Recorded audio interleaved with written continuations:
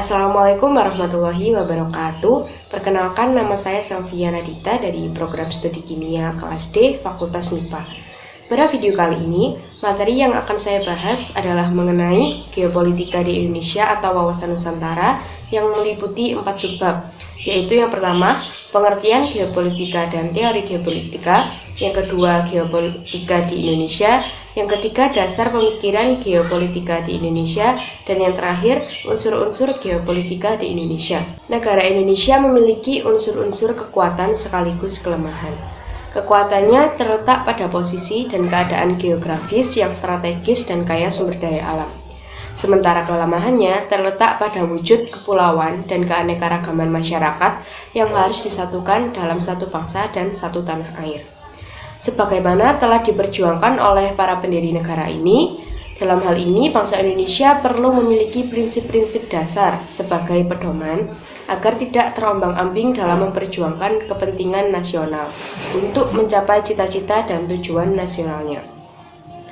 Salah satu pedoman bangsa Indonesia adalah wawasan nasional yang berpijak pada wujud wilayah Nusantara, sehingga disebut dengan wawasan Nusantara. Kepentingan nasional yang mendasar bagi bangsa Indonesia adalah upaya menjamin persatuan dan kesatuan wilayah, bangsa, dan segenap aspek kehidupan nasionalnya. Karena hanya dengan upaya inilah bangsa dan negara Indonesia dianggap tetap eksis dan dapat melanjutkan perjuangan menuju masyarakat yang dicita-citakan. Memasuki materi yang pertama, yaitu pengertian geopolitik dan teori geopolitik.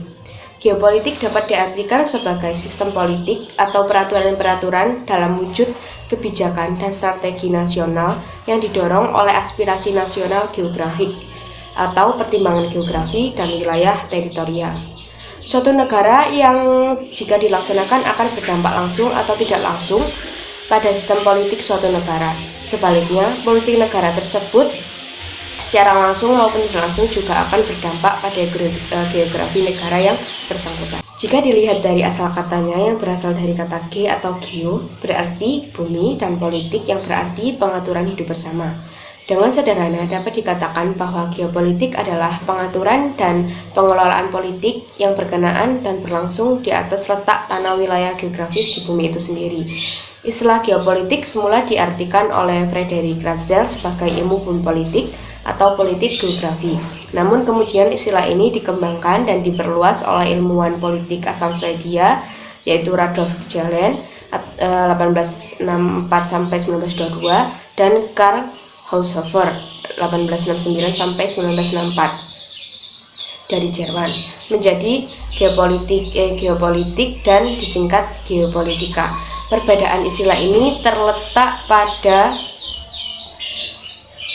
dua hal, yaitu ilmu politik bumi atau politik geografi lebih menekankan dan mempelajari geografi dari aspek politik, sedangkan geopolitik mempelajari fenomena politik dari aspek geografi.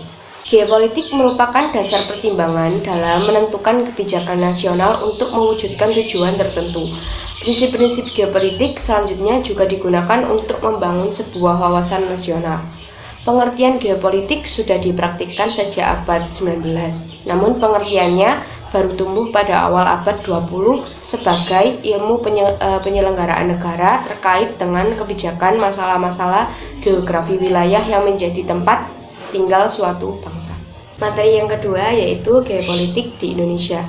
Secara umum, geopolitik Indonesia didasarkan pada nilai-nilai yang tercantum dalam sila-sila Pancasila, khususnya terkait nilai ketuhanan dan kemanusiaan yang luhur, yang jelas dan tegas tertuang dalam pembukaan Undang-Undang Dasar 1945. Bangsa Indonesia adalah bangsa yang cinta damai, namun lebih cinta kemerdekaan. Bangsa Indonesia sangat menentang penjajahan atau ekspansionalisme di muka bumi ini karena tidak sesuai dengan perikemanusiaan dan keadilan. Oleh karenanya, bangsa Indonesia sangat menolak paham ekspansialisme, apalagi rasialisme. Karena di mata Tuhan, setiap orang mempunyai martabat luhur yang sama yang berdasarkan nilai ketuhanan dan kemanusiaan. Dalam konteks Indonesia, geopolitik disebut dengan istilah wawasan Nusantara.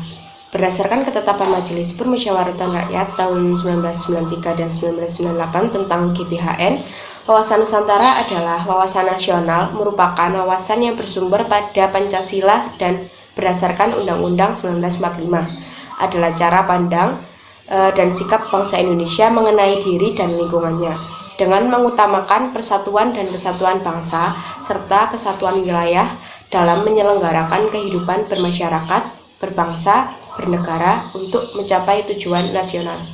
Pengertian wawasan Nusantara atau nasional menurut Profesor Dr. Huan Usman atau Ketua Program S2 PKNUI, wawasan Nusantara adalah cara pandang bangsa Indonesia mengenai diri dan tanah airnya sebagai negara kepulauan dengan semua aspek kehidupan yang beragam.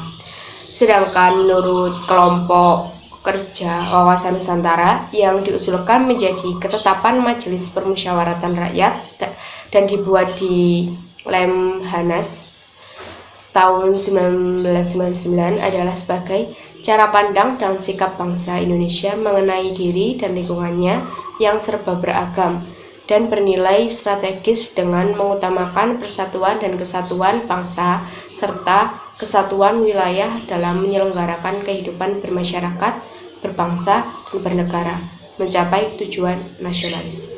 Dari konsep ini jelas sekali bahwa konsep geopolitik Indonesia berbeda dengan konsep geopolitik yang memandang negara adalah organisme untuk mempertahankan hidupnya secara alami, atau bisa dikenal harus berekspansi dengan wilayah lainnya.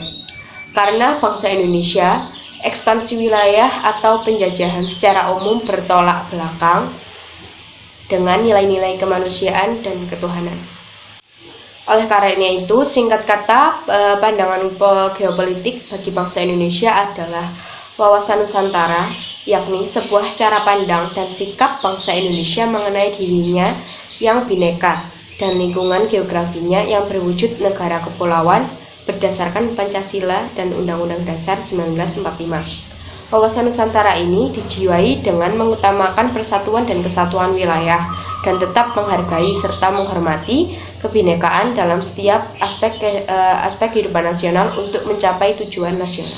Di dalam karakteristik geografisnya, bangsa Indonesia adalah gugus-gugus wilayah yang ditaburi oleh kekayaan dan keanekaragaman hayati dan non-hayati, dan didiami oleh berbagai suku-suku dengan aneka bahasa, agama, dan adat kebudayaan, maupun nilai-nilai sebagai manifestasi cara pandang dunianya, serta dicirikan dengan keadaan wilayahnya terdiri dari lautan maupun pulau-pulau atau daratan yang bertabur di atasnya.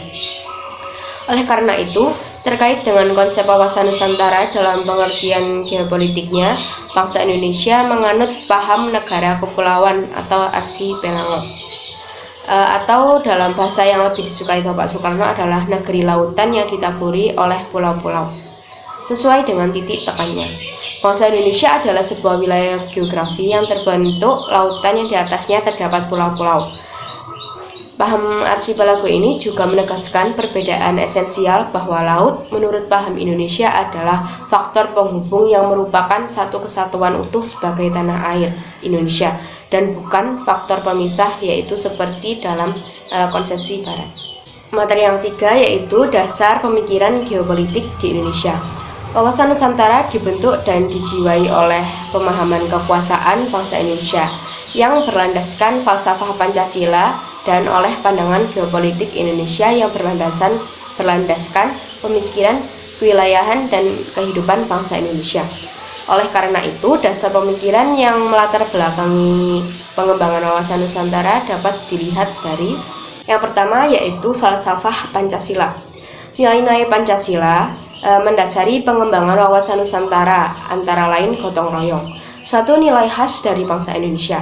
Gotong royong bukan hanya sekedar tolong-menolong, peduli, atau empati. Gotong royong merupakan kerja kolektif dari berbagai elemen masyarakat dalam pembangunan jalan. Nilai-nilai ketuhanan juga mengarahkan kita untuk memahami Tuhan bukan yang satu, tetapi Tuhan dalam arti mutlak yang harus diakui keberadaannya. Lebih dari sekedar itu, nilai-nilai ketuhanan seperti kebaikan, kejujuran, kasih sayang, rahmat, dan seterusnya hendaknya dapat diimplementasikan dalam kehidupan berbangsa. Dalam praktiknya ini berarti antara agama tidak ada yang bertentangan, sebab setiap agama mengajarkan kebaikan. Nilai kemanusiaan Indonesia juga menjadi dasar wawasan Nusantara yang kemudian melahirkan HAM atau hak asasi manusia.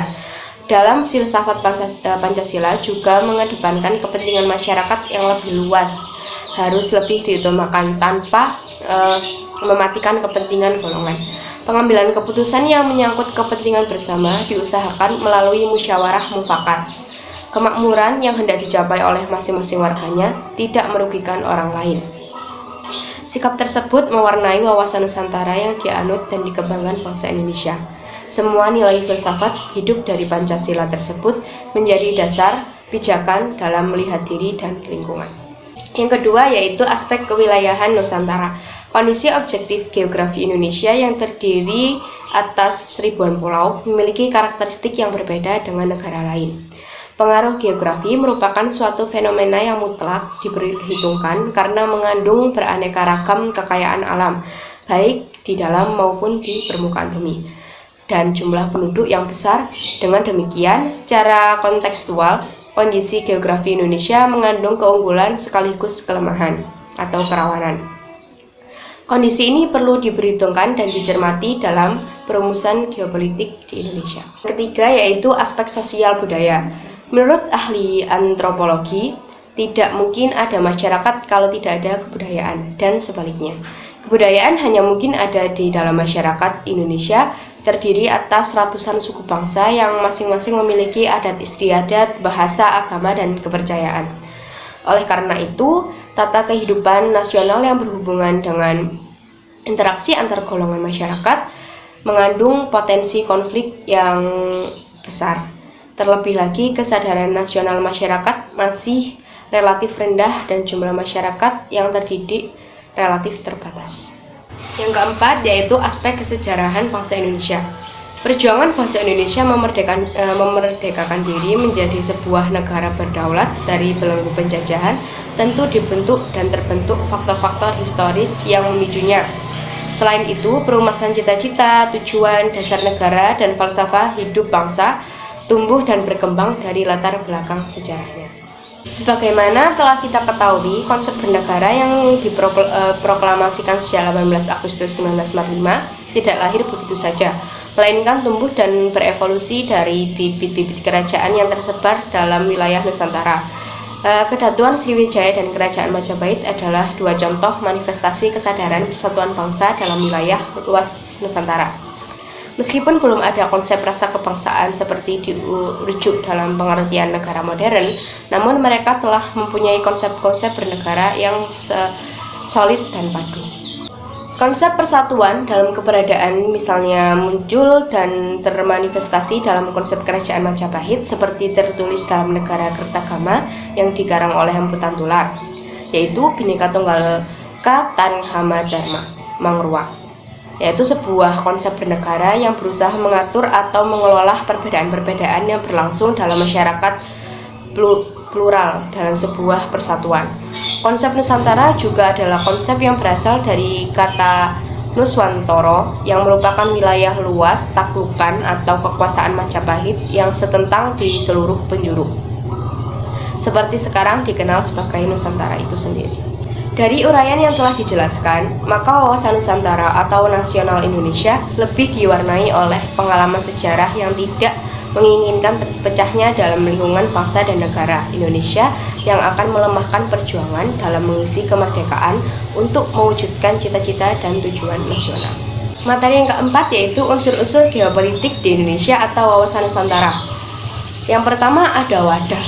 Wawasan Nusantara sebagai wadah meliputi 3 komponen, yaitu yang pertama, wujud wilayah.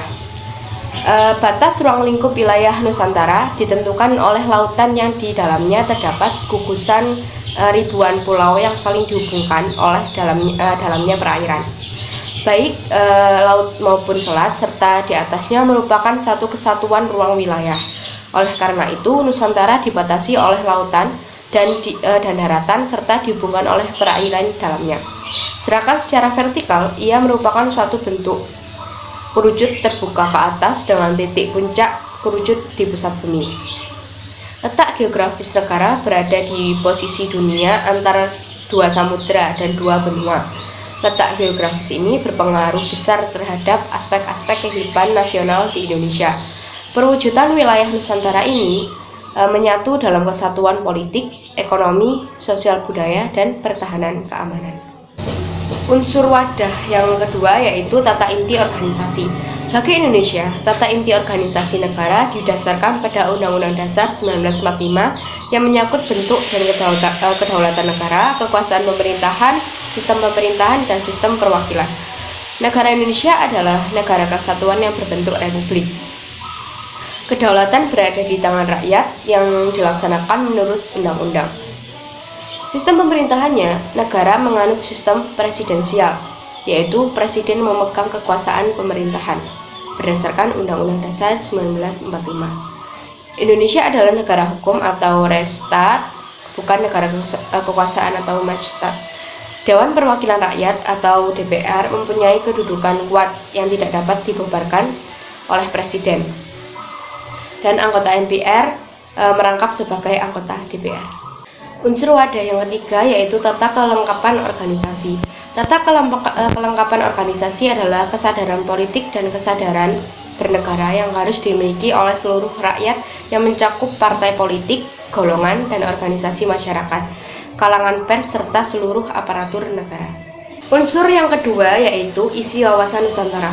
Isi wawasan Nusantara tercermin dalam perspektif kehidupan manusia Indonesia dalam eksistensi yang meliputi cita-cita bangsa dan asas manunggal yang terpadu, yaitu yang pertama, cita-cita bangsa Indonesia tertuang di dalam pembukaan Undang-Undang 1945 yang meliputi negara Indonesia yang merdeka, bersatu, berdaulat, adil, dan makmur, rakyat Indonesia yang berkehidupan kebangsaan yang bebas, dan pemerintahan negara Indonesia melindungi segenap bangsa Indonesia dan seluruh tumpah darah Indonesia, dan untuk memajukan kesejahteraan umum, mencerdaskan kehidupan bangsa, dan ikut melaksanakan ketertiban dunia yang berdasarkan kemerdekaan, perdamaian abadi, dan keadilan sosial. Unsur aspek wilayah yang kedua yaitu aspek keterpaduan semua aspek kehidupan nasional berdiri manunggal, utuh, menyeluruh yang meliputi satu, kesatuan wilayah Nusantara yang mencakup daratan, perairan, dan dirgantara secara terpadu. Satu, kesatuan politik dalam arti UUD dan politik pelaksanaannya, serta satu, ideologi dan identitas nasional. Satu, kesatuan sosial budaya dalam arti satu, perwujudan masyarakat Indonesia atas dasar Bhinneka Tunggal Ika. Nilai filosofis dalam Bhinneka Tunggal Ika adalah bahwa meskipun pada kenyataannya ada perbedaan di antara kita, namun hakikatnya kita adalah satu. Satu, kesatuan pertahanan dan keamanan rakyat semesta atau Sishan Kamrata. Dan yang terakhir, satu, kesatuan kebijakan nasional dalam arti pemerataan pembangunan dan hasil-hasilnya yang mencakup aspek kehidupan nasional. Unsur isi wawasan Nusantara yang ketiga yaitu tata laku wawasan Nusantara mencakup dua segi, batiniah dan lahiriah. Tata laku batiniah berdasarkan filsafat bangsa yang membentuk sikap mental bangsa yang memiliki kekuatan batin, sedangkan tata laku lahiriah merupakan kekuatan yang utuh dalam arti kemanunggalan kata dan karya, keterpaduan pembicaraan, pelaksanaan, pengawasan, dan pengadilan. Dalam penyelenggaraan kehidupan nasional, agar tetap mengarah pada pencapaian tujuan nasional, diperlakukan suatu landasan dan pedoman yang kokoh berupa konsepsi wawasan Nusantara. Wawasan Nusantara Indonesia menumbuhkan dorongan dan rangsangan untuk mewujudkan aspirasi bangsa, serta kepentingan dan tujuan nasional. Upaya pencapaian tujuan nasional dilakukan dengan pembangunan nasional yang juga harus berpedoman pada wawasan Nusantara. Dalam proses pembangunan nasional, untuk pencapaian tujuan nasional selalu menghadapi berbagai kendala dan ancaman. Untuk mengatasinya, perlu dibangun suatu kondisi kehidupan nasional yang disebut ketahanan nasional. Keberhasilan pembangunan akan meningkatkan kondisi dinamik kehidupan nasional dalam wujud ketahanan nasional yang tangguh. Sebaliknya, ketahanan nasional yang tangguh akan mendorong pembangunan nasional semakin membaik. Wawasan Nasional Bahasa Indonesia adalah wawasan yang merupakan pedoman bagi proses pembangunan nasional menuju tujuan nasional. Sedangkan ketahanan nasional merupakan kondisi yang harus diwujudkan agar proses pencapaian tujuan nasional tersebut dapat berjalan dengan sukses. Oleh karena itu, perlu adanya suatu konsepsi ketahanan nasional yang sesuai dengan karakteristik bangsa Indonesia. Secara ringkas dapat dikatakan bahwa wawasan Nusantara dan ketahanan nasional merupakan konsepsi yang saling mendukung sebagai pedoman bagi penyelenggaraan kehidupan berbangsa dan bernegara agar tetap jaya dan berkembang seterusnya. Sesuai dengan karakteristik ditinjau dari latar belakang budaya, sosial, sejarah, kondisi, konstelasi geografi, dan perkembangan lingkungan strategis, arah pandang geopolitik atau wawasan Nusantara meliputi arah pandang ke dalam dan keluar. Arah pandang ke dalam bertujuan untuk menjamin persatuan dan kesatuan di segenap aspek kehidupan nasional, baik aspek alamiah maupun aspek sosial. Hal ini berarti bahwa bangsa Indonesia harus meningkatkan kepekaannya dan berusaha untuk mencegah dan mengatasi sedini mungkin faktor-faktor penyebab timbulnya disintegrasi bangsa dan terus-menerus mengupayakan dan terjaganya persatuan dan kesatuan dalam kebinekaan. Sedangkan arah pandang keluar ditujukan demi terjaminnya kepentingan nasional dalam era globalisasi yang semakin mendunia ini maupun kehidupan dalam negeri serta melaksanakan ketertiban dunia berdasarkan kemerdekaan, perdamaian abadi, keadilan sosial, serta kerjasama dan sikap saling hormat menghormati. Arah pandang keluar ini memiliki arti bahwa bangsa Indonesia harus terus-menerus mengamankan dan menjaga kepentingan nasionalnya dalam kehidupan internasionalnya, dalam semua aspek kehidupan, baik politik, ekonomi, sosial budaya, maupun pertahanan dan keamanan, demi tercapainya tujuan nasional sesuai tertera dalam Undang-Undang Dasar 1945. Sekian yang bisa saya sampaikan, kurang lebihnya mohon maaf. Wassalamualaikum warahmatullahi wabarakatuh.